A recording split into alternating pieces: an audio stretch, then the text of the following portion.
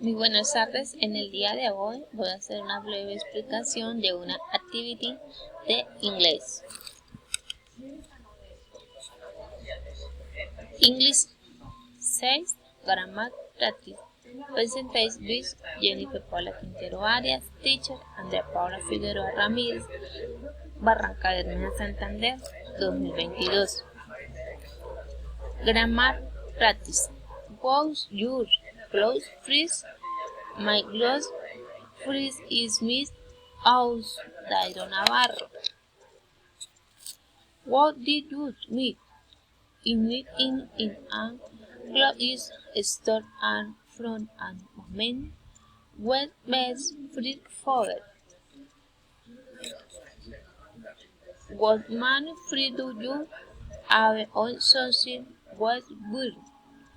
In Ave 562 including family and friends on social media. What were your friends with you were Cruz us? Mi friends were us fueron Laura Cruz, Jessica Botello, Sandra Costa. Where otherwise by friends sing but were lead. Do you have friends what have incentive lives explain with?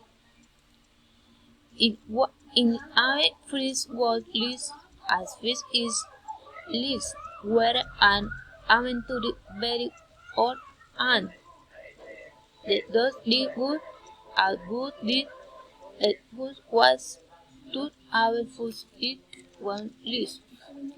Muchísimas gracias, este fue mi video de la siguiente actividad. Gracias.